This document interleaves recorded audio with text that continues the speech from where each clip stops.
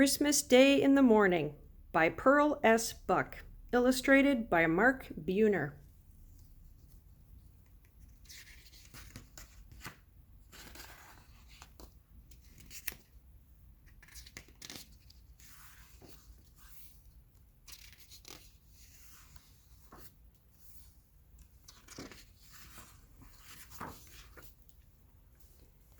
He waked suddenly and completely. It was 4 o'clock, the hour at which his father had always called him to get up and help with the milking.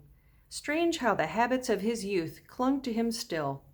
50 years ago, and his father had been dead for 30 years, and yet he waked at 4 o'clock in the morning. He had trained himself to turn over and go to sleep, but this morning, because it was Christmas, he did not try to sleep. He slipped back in time, as he did so easily nowadays. He was 15 years old and still on his father's farm. He loved his father. He had not known it until one day, a few days before Christmas, when he overheard what his father was saying to his mother. "Mary, I hate to call Rob in the mornings. He's growing so fast and he needs his sleep. If you could see how he sleeps when I go in to wake him up. I wish I could manage alone." "Well, you can't, Adam." His mother's voice was brisk. "Besides, he isn't a child anymore. It's time he took his turn." "Yes," his father said slowly, "but I sure do hate to wake him." When he heard these words, something in him woke. His father loved him. He had never thought of it before, taking for granted the tie of their blood. Neither his father nor his mother talked about loving their children. They had no time for such things. There was always so much to do on a farm. Now that he knew his father loved him, there would be no more loitering in the mornings and having to be called again. He got up after that, stumbling with sleep, and pulled on his clothes, his eyes tight shut, but he got up. And then on the night before Christmas, that year when he was 15, he lay for a few minutes thinking about the next day. They were poor, and most of the excitement was in the turkey they had raised themselves, and in the mince pies his mother made. His sisters sewed presents, and his mother and father always bought something he needed. Not only a warm jacket maybe, but something more, such as a book. And he saved and bought them each something too. He wished that Christmas he was 15, he had a better present for his father. As usual, he had gone to the 10-cent store and bought a tie.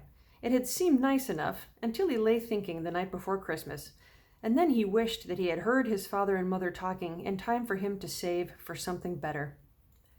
He lay on his side, his head supported by his elbow, and looked out of his attic window. The stars were bright, much brighter than he ever remembered seeing them, and one was so bright he wondered if it were really the Star of Bethlehem. "Dad," he had once asked when he was a little boy, "what is a stable?" "It's just a barn," his father had replied. "Like ours." Then Jesus had been born in a barn, and to a barn the shepherds and the wise men had come, bringing their Christmas gifts. The thought stuck him like a silver dagger. Why should he not give his father a special gift too, out there in the barn? He could get up earlier than 4 o'clock, and he could creep into the barn and get all the milking done. He'd do it alone, milk and clean up, and then when his father went in to start the milking, he'd see it all done, and he would know who had done it. At 2:45, he got up and put on his clothes. He crept downstairs, careful of the creaky boards, and let himself out. The big star hung lower over the barn roof, a reddish gold. The cows looked at him, sleepy and surprised. "So, boss," he whispered. They accepted him placidly, and he fetched some milk for each cow, and then got the milking pail and the big cans. He had never milked all alone before, but it seemed almost easy. He kept thinking about his father's surprise. His father would come in and call him, saying that he would get things started while Rob was getting dressed. He'd go to the barn, open the door, and then he'd go to get the 2 big empty milk cans. But they wouldn't be waiting or empty. They'd be standing in the milk house, filled.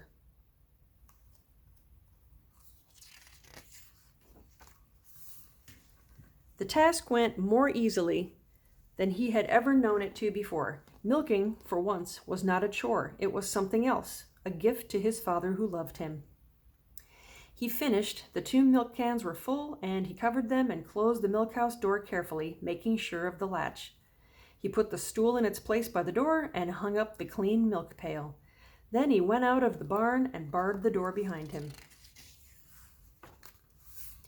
Back in his room, he had only a minute to pull off his clothes in the darkness and jump into bed, for he heard his father up. He put the covers over his head to silence his quick breathing. The door opened. "Rob," his father called. "We have to get up, son, even if it is Christmas." "All right," he said sleepily. "I'll go on out," his father said. "I'll get things started." The door closed, and he lay still, laughing to himself. In just a few minutes, his father would know. His dancing heart was ready to jump from his body.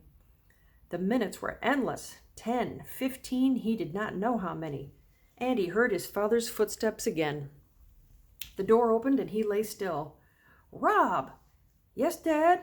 His father was laughing, a queer, sobbing sort of a laugh.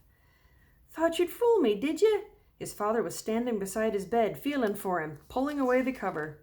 "It's Christmas, Dad!" He found his father and clutched him in a great hug. He felt his father's arms go around him. It was dark, and they could not see each other's faces.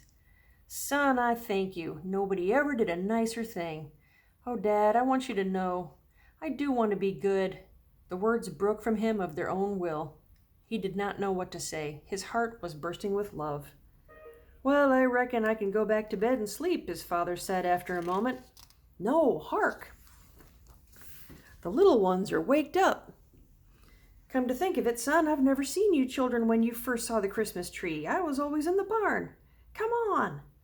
He got up and pulled his clothes on again, and they went down to the Christmas tree, and soon the sun was creeping up to where the star had been. Oh, what a Christmas, and how his heart had nearly burst again with shyness and pride as his father told his mother and made the younger children listen about how he, Rob, had got up all by himself. "The best Christmas gift I ever had, and I'll remember it, son, every year on Christmas morning so long as I live." They had both remembered it, and now that his father was dead, he remembered it alone, that blessed Christmas dawn when, alone with the cows in the barn, he had made his first gift of true love. The end.